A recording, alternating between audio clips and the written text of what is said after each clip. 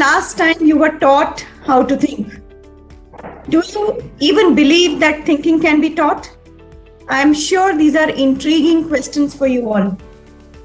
Hello and welcome everyone. My name is Mudita Bansal and I'm the delivery manager at TCS Ion Direct Academy channel. I welcome you all to this very special talk show on design thinking for everyday creativity.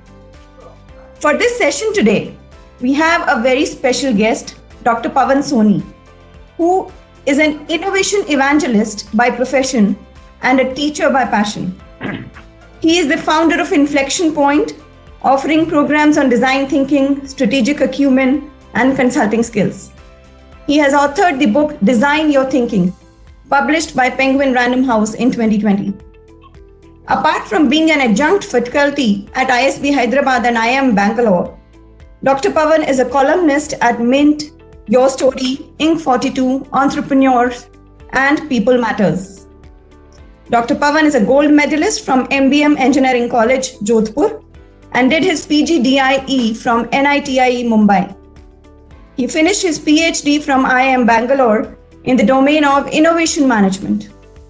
So audience, we want you to make the most of out of this session, and so let's keep it as interactive as possible. You can see a Q&A window in your screen. Please start posting your questions and we will take them up through the sessions.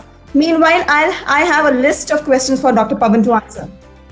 So when you hear the term design thinking, you would think, is it related to designing or is it related to thinking about the design? Let's ask Dr. Pavan himself. Dr. Pavan, a very warm welcome to you. Thank you so much. So you heard about our doubts, Dr. Pavan. Yeah, that's right. What exactly is design thinking, sir? Yeah, so the word design thinking really comes from designing. In the previous days, and I'm talking about 1950s, 60s, and well into 70s, designing was primarily about designing new products, primarily designing new technologies. So from product design and industrial design and a bit of architecture is where the concept of design thinking has come in. In 1990s, a couple of organizations, primarily the IDEO, which is a design firm, and Stanford Design School, which came up in 2004, they started realizing that why not apply the concept of product design to solving management problems. So for example, if you have a problem around how do we improve employee engagement at TCS, now instead of looking at it as a problem and looking at the interventions, why not empathize with the employees and ask the question that how much of an attrition is acceptable? Is attrition really bad? What type of attrition we are okay with and what type of attrition we are not okay with? And then let us try to visualize that in a world where there is no attrition, how does things look? So we borrow the concept of designing to solve management problems, to solve experience problems, etc. And that domain is now called as design thinking. So design thinking, as I keep advocating, is less about designing and more about thinking. How do you really design your own thinking? And that's what I chose as title for my book. That's called Design Your Thinking. So that's my definition, Mudita. I think there would still be quite a few misconceptions that you may want to clear out on design thinking. What are the main misconceptions that people have, sir? Good question. There are three misconceptions that I have come across primarily. And when I say misconceptions, it is not only from my own research and reading, but also from my consulting engagements. Before I wrote this book down, I have conducted more than 400 workshops on design thinking with various organizations in India and abroad. And there are three things which stand out. The first major misconception that people have is that design thinking is about product. That ultimately what I'm expected to do is to design a new product or a new contraption or a new device or a clever use of technology. So the outcome has to be tangible. That's the first misconception. The outcome doesn't have to be tangible. It can be absolutely anything. An example which I would like to offer here is at Oracle. Now, the HR team at Oracle had to look at the day one of a new joiner. That how do we ensure that whenever a new joiner joins a company, the day one of that new joiner is the most amazing day of our entire life. So they started a design thinking project called Day One Delight. Now at the end of this project, they are not developing any new product, but they are giving a new experience on the day one of a new joiner, because when a new joiner is coming to an organization as big as a TCS or an Oracle, it's very easy to get lost, isn't it?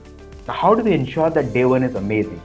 So that is the first misconception, that design thinking is not about any product or a technology, but it's about something which is beyond. The second misconception, people often think that design thinking is only applicable to startups. You have to be a small company in a tech space and only then you can apply design thinking, but that's not necessarily true. Let's look at a large organization that has adopted design thinking, and we're here talking about ISRO, Space Research Organization. Now, if you go back to the Mangalyaan mission,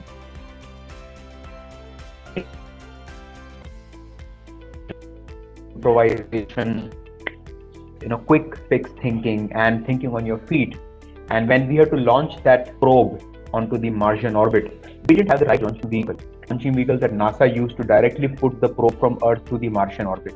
So what we did, we used our PSLV. We didn't have that amount of thrust.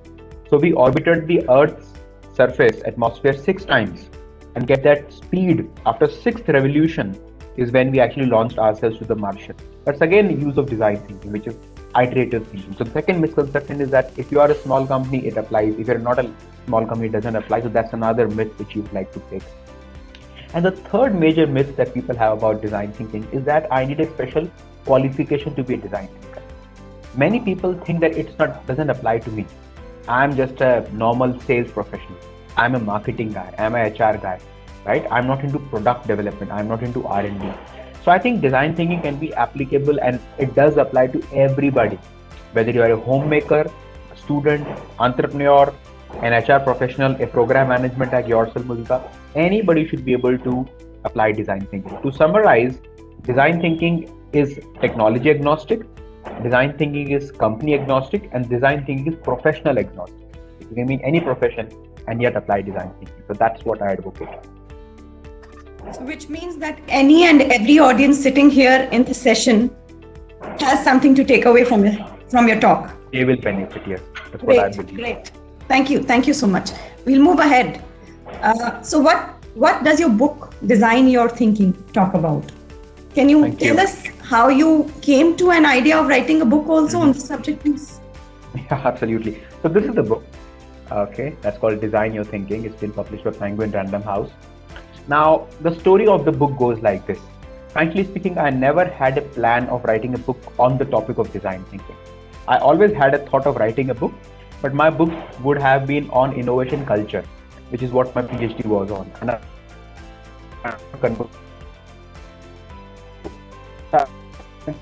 focused on that.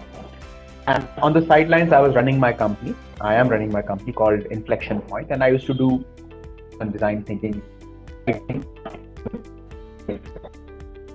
So then on LinkedIn, one of the people, his name is Lohit. He used to work with Penguin. He reached out to me on a very simple, casual message saying that, hey, at Penguin, we are looking forward to a book on design thinking. Would you be interested? So I thought that maybe reach out to too many people. He has written a casual email. I didn't respond to it at first, but after thinking about it, I responded. He said that send us a manuscript of one chapter of the book and a TOC, a table of content. So over the next 2 months, I worked on the table of content, wrote down one chapter, sent it to these people. They took 2 months. This was in the middle of 2019, and they came back to me saying that, okay, we are good to commission your book.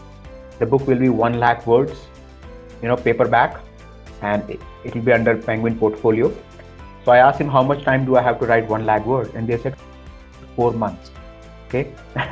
So I had to write 1 lakh words in 4 months flat. So this was August 2019.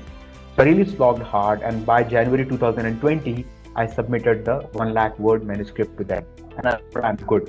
And in February, we were hit by the pandemic.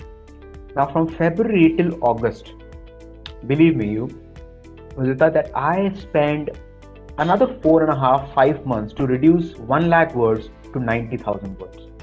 So the amount of time it took me to go from 0 to 1 lakh is the same time that took me from 1 lakh to 90,000. Taking that 10,000 words out and sharpening the book was the most amazing experience. The book went through 7 rounds of edition.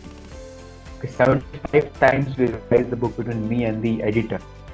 The grace of God, I got a wonderful editor. Vineet Gill is his name. He's an amazing chap. If he ever listens to this talk, I would like to pay my deepest regards to him. And he went through each and every word in the book, each and every word. An amazing person, and they have an amazing team out there. And it allowed me to cleanse my thinking. And what I would like to advocate all my audience today, even the offline audience, is the fact that you don't write for others as much as you write for yourself. The best thing that happens to you when you write is that you think clearly.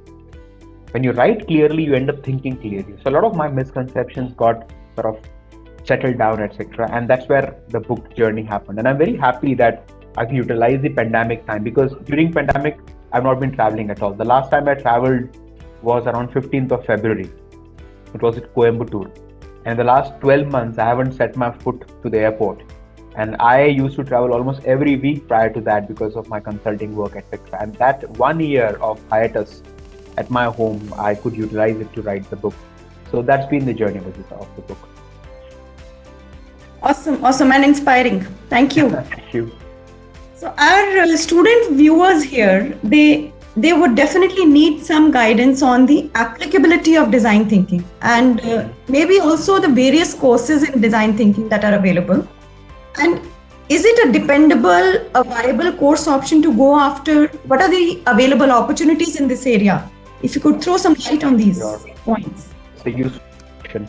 So, two of the pioneering institutions which have been doing phenomenal work on design thinking is Stanford D School, the design school at the Stanford University, and IDEO. And both of these institutions offer online courses on design thinking.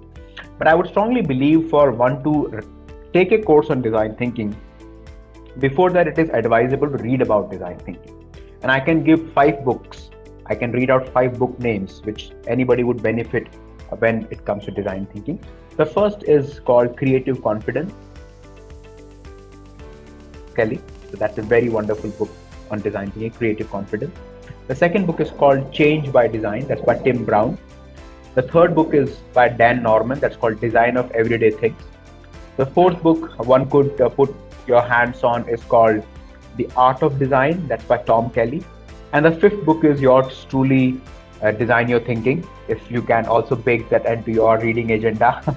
So Design Your Thinking by me, Pawan Soni. So if you can get your hands on these books, you will at least get an understanding of what is design thinking. Because people often think that taking a course is a shortcut to learning something. I don't think so. I would quote Eric Schmidt, the former CEO of Google, and I strongly believe in the statement. Eric Schmidt used to say that anything worthwhile which I've ever learned, I've learned it by reading a book. And I subscribe to that opinion. Okay, if you have to really read something, study, get an in-depth understanding of a topic, it's always advisable to go deep and read a book. Once you read a book, second step is try to take a project. Pick any project. For example, Mudita, for you, a project could be how do we ensure the uptake of TCS Ion programs from the website? How do we know which is the program which is best delivered, who is the right resource person, what's the duration? That can be a very interesting design thinking project. Take up a project. Apply whatever you learned through the project onto that, and then take a program, because these programs are costly. Let's make no mistake, they're very costly programs. And I would not advocate you to get into any program unless you are not prepared fully, because you can't keep doing these programs every now and then. So I think it's advisable to be a little bit ready, read about it, read a few books, do a project on your own, and then go and apply this program. Incidentally, I'm doing a program on design thinking with NHRD, and this is a virtual program that we are doing. That's starting 20th of February. So it happens on 5 consecutive weekends, each hours of engagement. The second edition of the program that we are doing, and it's a certificate program. So I give them the certificate of finishing a project. Previously, I did certification programs for BITS Pilani, did certification program for Atal Incubation Centers, and a couple of other institutions. So I do a lot of certification programs myself. I give certificate programs, but I give certificates only for the students or the participants who have finished a project. There's no certificate of participation. You can't simply sit through a class, listen to the dialogue, and claim that, okay, I know design. You have to demonstrate the knowledge and the skills in this subject with the help of a project that you undertake. So that's, Mudita, how these programs are. So those case studies are designed by you, the projects that you're calling them? No, the students take up the case studies.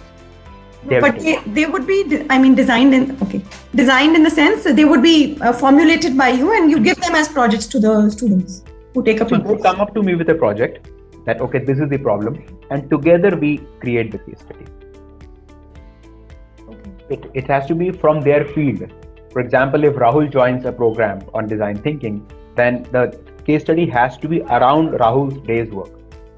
Whatever he does in a daily job, it has to be from that case study, and I would help him address the particular problem with the help of design thinking. So it's a very real life case. It's not a virtual case. It's a very real life case study where this person or the participant has to go through the actual project. So it's not a case study actually, Mudita, it's a project that the person has to go through applying design thinking, and I mentor the person during the course of the project, and if you finish the project, then you get the certificate. So that's how it happens. So, what are the job opportunities in this area? Are there specific roles defined for design thinkers in today's world? Yeah, it's a good question again. So I think that design thinking is applicable to all the roles. So instead of looking for a title called design thinker, which doesn't typically happen, even today, very few companies in India have a head of design. Companies like Titan, I think that not many companies have a role called head of design, unless you are a studio, then only you have a head of design. But most companies even don't have a role called head of innovation. These are mostly subsumed under chief operating officer or chief technology officer. So instead of looking at such a role, which is exclusively design thinker role, you can apply design thinking to any role which you have been given. So your sales, marketing, manufacturing, supply chain, production, whatever you are a part of, try and see if you can take a small project there, use the principles and practices of design thinking, and innovate and be creative. So if I were to offer a working definition to our audience on what is design thinking, which can perhaps help them even better, the definition for all of them would be that design thinking is a human-centric, systematic way of problem solving. That's it. It's a human-centric, systematic way of problem solving. So any project that you take up, any role that you're a part of, you can obviously use design thinking and solve problems. So that's how you don't have to look for a title. Anywhere you go, you can move up the ranks by applying design thinking practices. But do you think design thinking consultants will be a new role coming up in the industries, across industries now? Possibly, yes. And that's something that I'm already realizing. You know what? When the pandemic had hit us in the February of last year, I almost surrendered to the pandemic because almost everything which I used to do used to be a physical program. Typically 2-day programs that I used to conduct on design thinking. And I thought that why will somebody do a design thinking program on a virtual platform?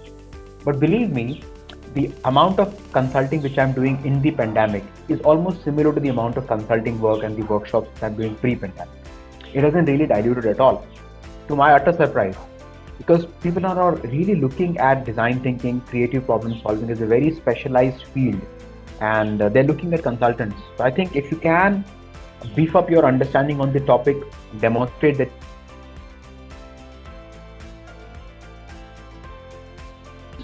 and you can really be on the cutting edge of the space, and I don't think that there should be any challenge. We are in a very good position right now in India to be a design thinking consultant. Great. Looking forward to that. So while we move to the next question that has been listed down by me, we have a question from the attendees. Let's take that first. Sure. It says how design thinking is different from computational thinking. So the word design thinking draws itself from what we call a systems thinking. What is systems thinking? Systems thinking means that you look at the global optima and not a local optima. I'll give you a simple example of what is a global optima versus what's a local optima. Now, if any one of you have been to an airport, like a Terminal 3, which is one of the largest airports that we have in India, New Delhi. So while you might have an amazing experience going through those big aisles, those big gates, etc., but one of the bottlenecks that you would have in the entire thing will be the aero bridge. You would invariably see that all the aero bridges in Terminal 3 will have a long queue. A lot of people standing in the aero bridge. Now, aero bridge is the bottleneck, right? So I have to look at the end-to-end throughput, which is from entering the airport all the way to getting into your seat. The aero bridge is that section, which is the bottleneck operation. And that's why the system is not globally optimal, it's locally optimal. You have optimized the seating space inside the airport, but the aero bridge sizes still remain the same, right? You still enter from the single gate in almost all the aeroplanes in India. There are no aero bridges which connect to both the gates, the rear and the front gate. It doesn't happen in India, right? You only enter through one gate in the aero bridge. So that is called as local optima versus global optima. So So design thinking looks at global optima, or called as systems thinking. Computational thinking, on the other hand, is all about algorithm. It's all about logic. It's all about going sequential. So if I were to distill it down, the distinction, Mudita, and the gentleman or the person who asked me the question, the distinction is that computational thinking is primarily logical, is primarily left-brain thinking. Design thinking is not necessarily completely logical, and it involves both your left brain and the right brain. So that's the distinction. Okay. I think we may have a follow-up question as well. Let's see if the person is able to understand that. Okay, there's another question from the audience. Just a second. I can see. How do I apply design thinking principles in my day-to-day life? Yeah. So there are 3 simple tips, and I really want to simplify the whole thing, because as such, design thinking is understood as a very complex topic, or misunderstood as a complex topic. So it's critical to simplify. The first and the foremost thing that all of us can develop is to be a good listener. I always believe that listening skill is highly underrated. Think about it for a moment. Whenever I use the word communication skills, the immediate thing that comes to anybody's mind is speaking, isn't it? Nobody thinks of listening, right? How to speak, that's all communication skills is. But as you understand, most of the communication is listening, and very small of that listening is verbal listening, isn't it? You all listen to non-verbal cues, and that's why we are looking into each other's eyes to understand the non-verbal cues, correct? Even if you are sitting, hundreds of kilometers away, right? So the key about listening skills is how do you listen with intent. Stephen Covey, the famous author of 7 Habits of Highly Effective People, very rightly said that most people do not listen with the intent to understand. They listen with the intent to reply. And most of us fall for that trap, isn't it? Even before the question is finished, we have an answer ready with us. So I think if you can become a better listener, consciously better listener, you can be very, very good design thinker. Because I always think that if you don't solve a problem, it is okay. But if you don't understand, we need to at least understand the problem. And it happens in our family all the time, isn't it? The spouse walks up to you, talking to you about a situation, and you just can't think but give a recommendation. You try that. Did you do this? Did you think about it that way? Now he or she doesn't want your answer. She wants you to listen. That's it. She doesn't want your expert opinion. She just wants you to listen. And that itself becomes a difficult task many times. So good listening skill is the point number 1. The second thing is be experimentative. What did pandemic teach us? The pandemic has taught us many, many things. But the key thing that the pandemic has taught us is, the first thing is infinite adaptability that humans have. We are so adaptable creatures, isn't it? We very quickly adapted to the changing situations, wearing masks, social distancing, working from home, studying from home, eating patterns being changed, etc. So fast we could change. Now, why don't we do that in the normal days? Why do we have a set routine on the normal days? Why don't we experiment on normal day? We need to. Instead of being pushed to change, we can change ourselves. So I always advocate that change your eating habits, change your sleeping habits, change the food you relish, or experiment with the people you meet, the books you read, the movies you watch, the plays you have, and the people you go out with, your hobbies, your habits. Change everything. As Edward de Bono, one of the biggest proponents of creative thinking in the world, had to say that if you don't want to change your mind, why have a mind? If you don't want to change your mind, why do you even have a mind? Right? You can as well have another body organ which doesn't change. Only mind changes. Correct? So the second thing is experiment. First is be a good listener. Second is keep experimenting. The third important skill which I would like all my audience to understand, it's a very funny thing to do, is use both your hands. Okay? Most of us are predominantly use either right hand. 80 to 90% of people in the world are right-handed people. But try to use your left hand now. And I'm trying to use it actually. When I play table tennis, I use my left hand. I actually play table tennis with both my hands, left and right hand. When I have to write something in a book, I use my left hand. If I have to underline, I use my left hand. To do small things like eating with a spoon, I try to use my left hand. Why? Why am I trying to use my left hand? Consciously. Okay, it doesn't happen. Subconsciously, I'll always go to my right hand. But subconsciously, I'll use my left hand. And the reason I'm using my left hand is because when I use my left hand, there is a more connection that happens between two halves of my brain, left and the right half. Now, predominantly, the right half of the brain is responsible for visual thinking, and the left half of the brain is responsible for logical thinking. This is called thinking brain. This is called feeling brain. Okay. When you start using both your hands, what happens is there is something called corpus callosum. Corpus callosum is a thick, thick fiber cable, if you can think of it, like the umbilical cord that joins a newborn child with a mother. It's like that kind of a cord that connects both your brains. When you use your hands, like all of us use our hands, both the hands for typing, isn't it? All of us, when we type, we use both our hands simultaneously. But there is hardly any other thing which we do where we use both our hands simultaneously. Very rarely. At a motor level, fine motor. At a gross motor we do, but at fine motor skills we don't do it. So if you can use both your hands simultaneously, you'll have more connection between two halves of the brain, and that is where you'll become better thinker. You will become what we call as a visual thinker. So in summary, be a good listener, experiment, and third, which might be very, very silly, but very important, is to use both your hands. It doesn't seem to be silly anymore after all the explanation that you've given. And in fact, from the first point that you've given, I'm sure your wife is a happy person. I hope so. I sincerely hope so. Okay, so moving on to our next question, Dr. Pawan. How is design thinking helpful in creativity and innovation for students as well as professionals? So let me start the student question first. As a student, now is perhaps the most amazing time to graduate. And the reason it is amazing time to graduate is because the options available to you are much more than the options available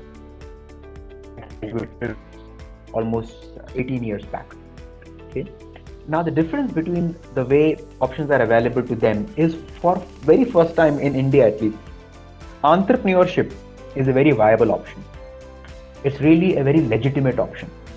India, of course, is an entrepreneurial country. More than agriculture, the biggest employer in the country is self-employment, isn't it? All the panwala shops, thelewalas, grocery, all are self-employed people. But the entrepreneurship I'm talking about, and the entrepreneurship a panwala shop has, is very different. The entrepreneurship I'm advocating here is the entrepreneurship where you scale your enterprise. That's the entrepreneurship I'm talking about. Okay? Entrepreneurship is very legitimate, very viable. And now the students don't have to necessarily apply to all these organizations and knock the doors and get frustrated. They can very much start on their own. Start as a freelancer. Start as a gig economy. Gig economy means that you can be a freelance writer, or you can do coding on a freelance and people will come to you. You can put your profile on a website, you can put your profile up on LinkedIn, and people will reach out to you. That is very much viable. You don't have to necessarily work in a large company. That's one thing. The second thing that is happening now is because the cost of discovery of talent has come down so much, you can be very much self-expressive. If I remove Google from the equation for the time being, it would be very difficult for the world to find a new talent. But thanks to Google, thanks to Facebook, thanks to LinkedIn, Twitter, all of that, you can discover a great talent hidden anywhere in the world. Whether it's Siberia or Russia or any country in Africa, Latin America, you can discover a great gem of a talent anywhere in the world, even if the person doesn't have to stand on this information. Which means what?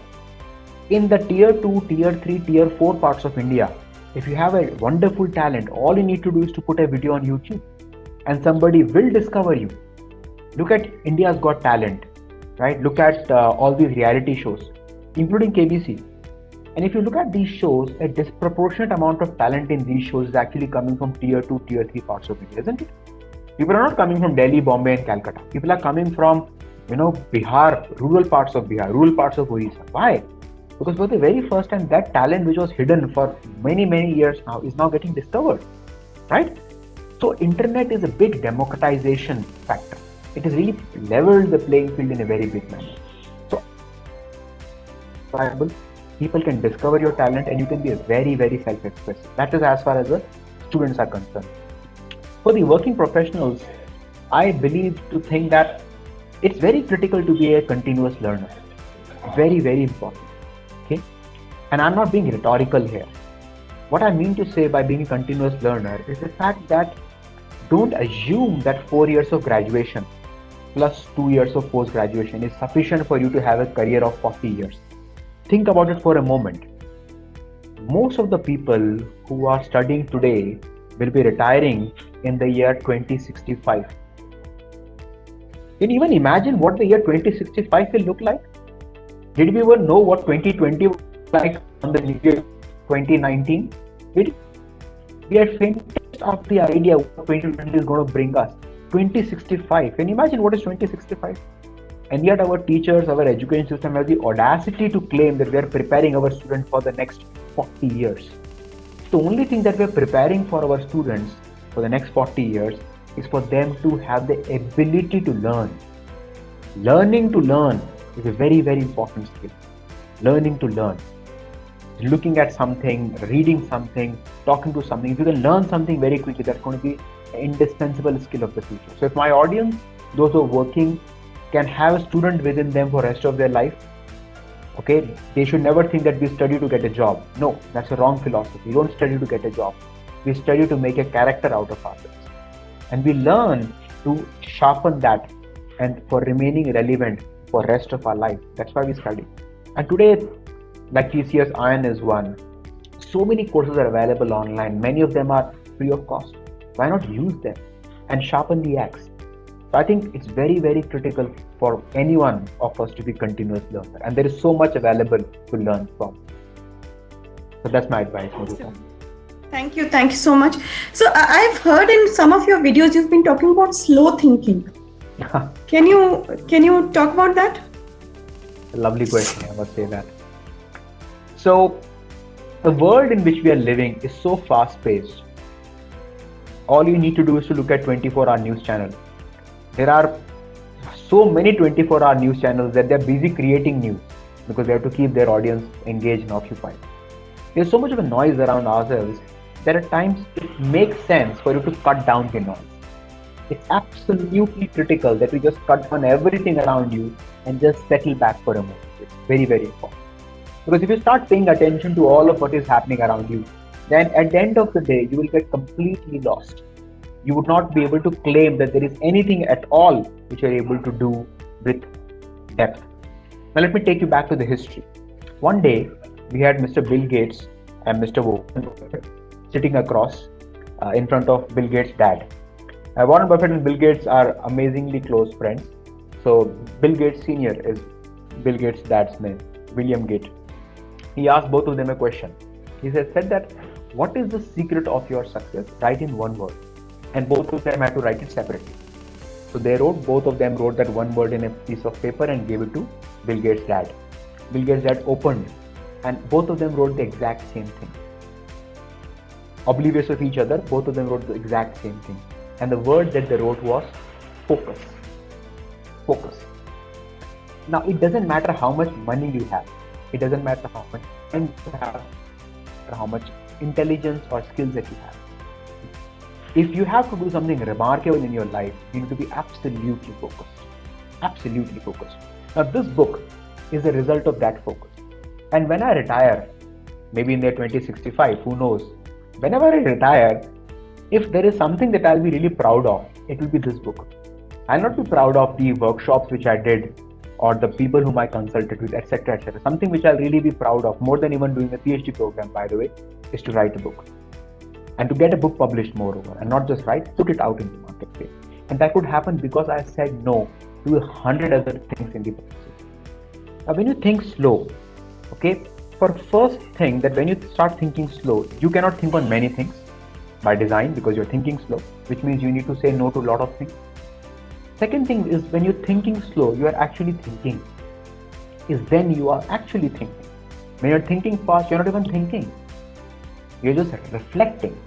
You're not even responding, you are reflecting. This, then that, ye to wo.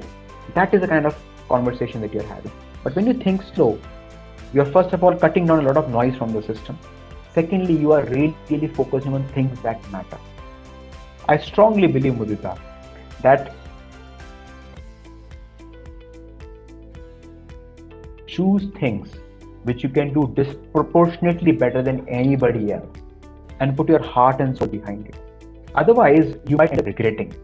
All of us, you might end up regretting because The amount of talent that all of us have is by and large the same. Talent is, I believe, uniformly distributed. Attention is not. Attention is not uniformly distributed.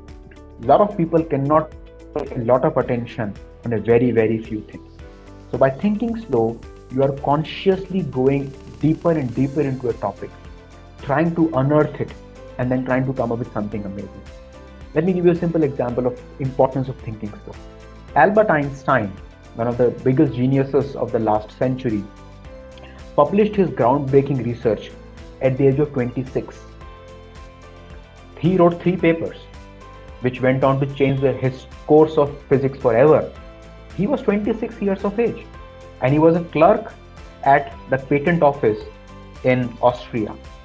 And he wrote an application for an elementary school teacher, and the elementary school dismissed his application because he was unqualified to become an elementary school teacher. And that year he wrote the book, the paper, that is General Theory of Relativity. It took him 19 years for them to give him a Nobel Prize, by the way. 19 years. So from the day he wrote the paper, for the next 19 years in his life, he had to prove that whatever he wrote actually happens in reality.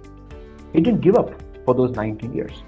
Daniel Kahneman, the guy who wrote Thinking Fast and Slow, it's a phenomenal book, and I always recommend my students that buy it fast and read it slow. That's the book, Thinking Fast and Slow. He started his work in 1969, and he got a Nobel Prize in Economics in 2003. If you look at all the Nobel Prize winners in the history, in medicine, physics, chemistry, literature, okay, all of these fields, the average duration between your groundbreaking work and the time in which you are recognized is roughly 20 years. What do they do for those 20 years? It's very easy to get bored in those 20 years. In those 20 years, they establish themselves as an authority on the subject. And that's important. So life is short. Even 80 years is short, if in one way if you look at it. But life is long in the other look at it. So many things. If it is short, if you really want to focus on something. So I think being very selective about what you really want to pay your attention to, it's okay to say no, because things are so transitory. I remember, sorry to bring this point up, I remember when the pandemic was hit, the entire media was after Sushant Singh Rajput's suicide, isn't it? Where's that news now? Now Sachin Tendulkar's tweet has taken over the mainframe. Maybe tomorrow something else is going to happen. We as common people get driven into what the world wants us to listen to, what the world wants us to get bothered about, what the world wants us to get pained about. If we choose not to, it doesn't matter. It just doesn't matter. Choose what's something that you can really make a huge difference in your life and in somebody's life. Otherwise, the world goes on. Nobody should dictate your attention. You should choose what you want to attend to. That's very important. You want to do something substantial in your life, and that's why thinking slow, speaking slow, being very selective and saying no. It's very critical to do something substantial. That's my view. Thank you so much. This was a great learning, I'm sure, for our viewers as well. So, any final advice for the young generation, for the young professionals to be more creative, Dr. Soni? So to be more creative, what I would strongly believe is, while I'm advocating you to be focused on the output side, I would like you to be very defocused on the input side.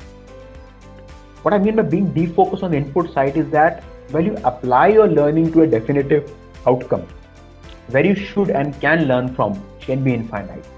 You can learn from nature, you can learn from a hobby, you can learn from a movie, a magazine, a dialogue, watching your children play, or anything for that matter. So cultivating hobbies is very important. I believe that, and Mark Twain used to very famously said that happy is a man who lives by his hobby. If you cannot have a hobby as your profession, which somebody like me is lucky to have, I love reading, writing, teaching, and that's ending up becoming a profession.